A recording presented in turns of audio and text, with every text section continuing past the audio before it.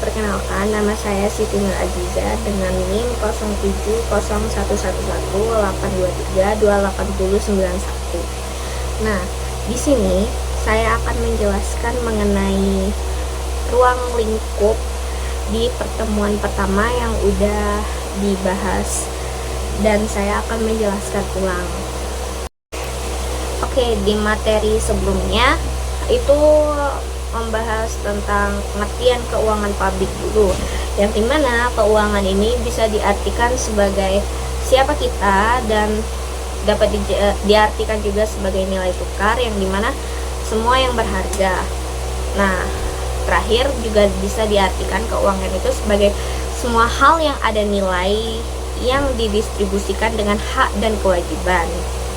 Nah, ruang lingkup keuangan publik sendiri jika diamati itu ada objek, yang dimana objeknya ini, keuangan publik atau keuangan negara ini memiliki hak dan kewajiban yang dinilai dengan uang, yang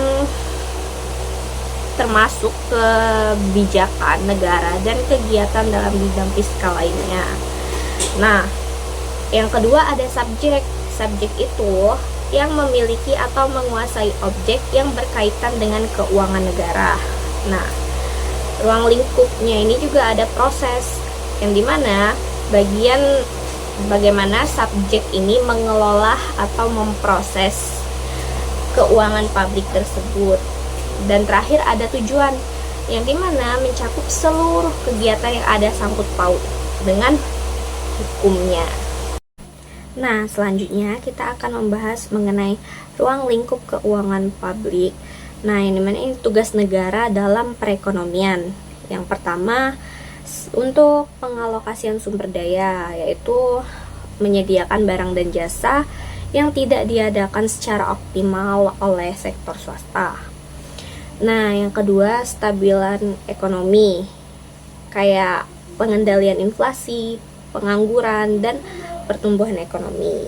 Nah, yang ketiga ada pertumbuhan ekonomi dengan investasi di sektor-sektor yang strategis.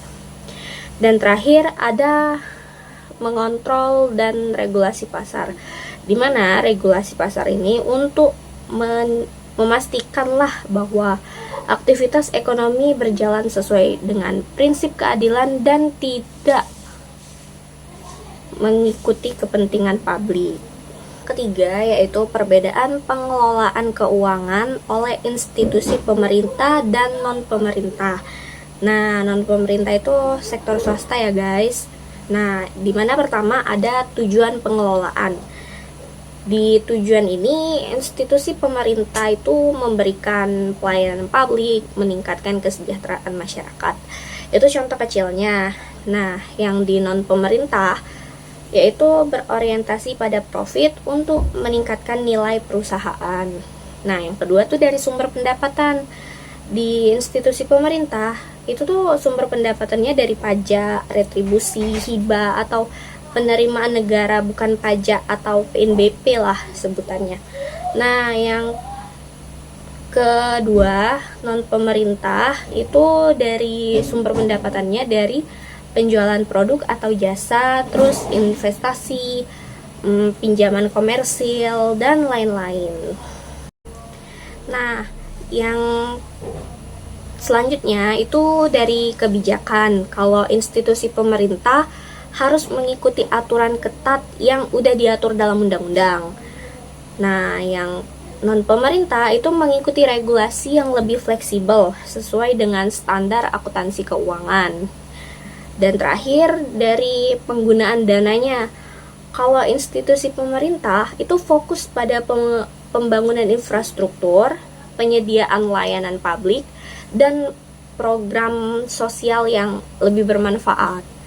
Kalau yang non-pemerintah itu penggunaan dananya lebih ke operasional perusahaan, terus pengembangan produk dan peningkatan keuntungan bagi pemegang saham.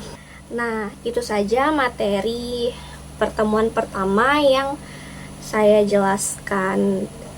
Kurang dan lebih saya mohon maaf. Dan terima kasih kepada audiens yang sudah mendengarkan video ini. Saya tutup. Assalamualaikum warahmatullahi wabarakatuh.